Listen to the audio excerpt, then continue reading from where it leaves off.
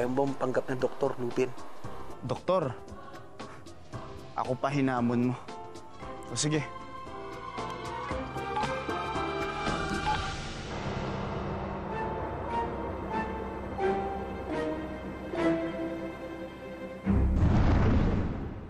O, ito pa yung arsenic powder na pinabili mo. Ubus na agad yung iba. Oo. Hetong bayad. Bakit kasi ayaw pang tuluyan sa Avril eh? Di ba siya nalang hadlang sa kayamanan na gusto mo?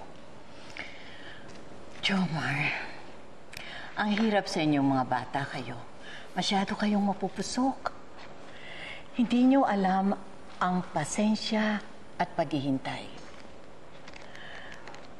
Kapag namatay si Avril, dahil dito sa arsenic, nasa tamang timpla ay hindi matitrace sa dugo niya.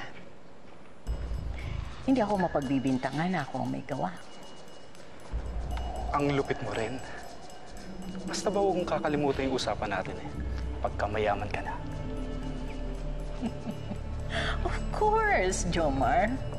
Maghintay ka lang. Yayaman din tayo. Mamamatay din si Avril.